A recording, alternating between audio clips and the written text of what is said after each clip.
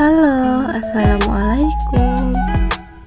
Perkenalkan, nama saya Lucy Anggraini, NIM 2086206051, kelas 4A semester 4, Prodi S1 PGSD, Universitas Pahlawan Tuanku Tambusai. Berikut saya akan menjelaskan tentang strategi pembelajaran. Apa itu strategi pembelajaran? Strategi pembelajaran adalah sebuah usaha menggunakan strategi sistematis yang dilakukan secara efektif untuk mendapatkan sebuah pencapaian dan juga kesuksesan dalam aktivitas pembelajaran. Menurut Girlex dan Ellie 1990, strategi pembelajaran adalah beberapa cara yang digunakan untuk menyampaikan metode pembelajaran dalam suatu lingkungan kegiatan pembelajaran tertentu. Menurut Hilda Tabah, strategi pembelajaran yaitu urutan ataupun pola tingkah laku guru untuk bisa menampung semua variabel-variabel pembelajaran dengan sadar serta sistematis. Menurut Suparman, strategi pembelajaran adalah perpaduan dari beberapa urutan kegiatan.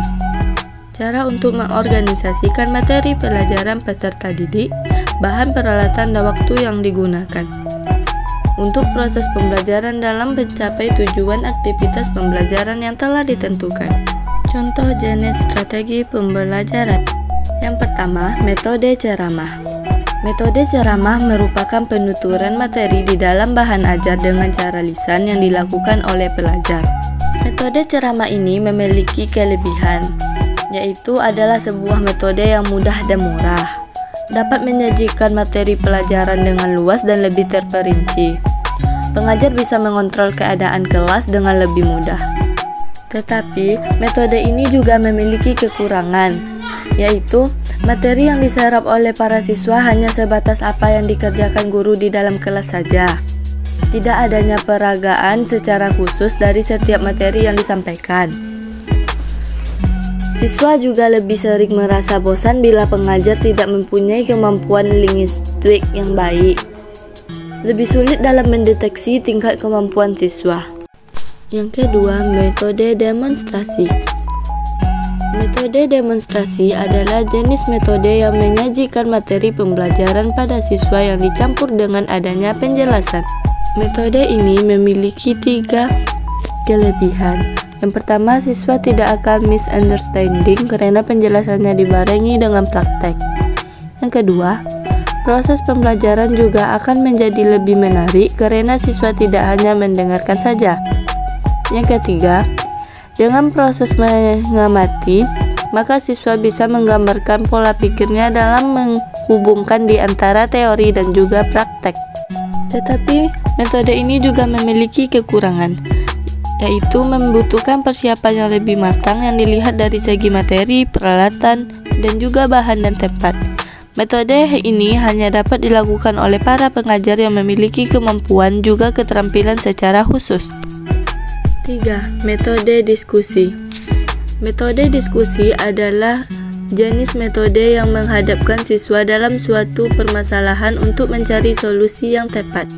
Metode ini memiliki kelebihan. Yang pertama, bisa merangsang para siswa untuk berpikir lebih kreatif. Yang kedua, dapat melatih para siswa dalam mengutarakan pendapatnya. Yang ketiga, dapat melatih siswa dengan sikap menghargai pada setiap sudut pandang orang lain. Metode ini juga memiliki kekurangan. Yang pertama, kegiatan diskusi sering dikuasai hanya oleh orang-orang tertentu saja. Yang kedua, bisa mengaburkan kesimpulan di dalam suatu pelajaran karena topiknya bisa lebih meluas lagi. Yang ketiga, sering muncul perbedaan pendapat yang berujung dengan emosi. Yang keempat, membutuhkan waktu yang cukup lama dalam mempelajari suatu pelajaran tertentu. 4. Metode simulasi. Metode simulasi merupakan metode yang menyajikan situasi tiruan yang dimasukkan agar setiap siswa memahami konsep dan juga materi yang disampaikan. Metode ini memiliki 4 kelebihan. Yang pertama, dapat menjadikan bekal para siswa dalam menghadapi sebuah situasi yang sebenarnya. Yang kedua, dapat mengembangkan sisi kreatif dari seorang siswa saat sedang melakukan proses pembelajaran. Yang ketiga, dapat memupuk keberanian serta rasa percaya diri. Yang keempat, dapat meningkatkan rasa antusiasme siswa dalam hal belajar. Metode ini juga memiliki kekurangan. Yang pertama, ada beberapa faktor psikologis para siswa, misalnya rasa malu ketika sedang melakukan simulasi tersebut. Yang kedua, sering digunakan sebagai alat hiburan semata, yang membuat esensi dalam pembelajaran tersebut menjadi memudar. Selanjutnya, macam-macam strategi pembelajaran. Nah, macam-macam strategi pembelajaran ini ada 8. Yang pertama, berpautan dengan dunia nyata. Yang kedua, mendorong komunikasi kelompok. Yang ketiga, cari tahu teknik belajar yang tepat.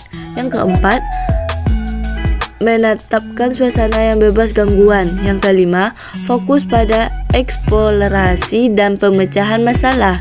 Yang keenam, pemicu motivasi belajar. Yang ketujuh, berbagi pendapat. Yang kedelapan, mintalah siswa sering mengajar satu sama lain. Sekian, terima kasih. Wassalamualaikum warahmatullahi wabarakatuh.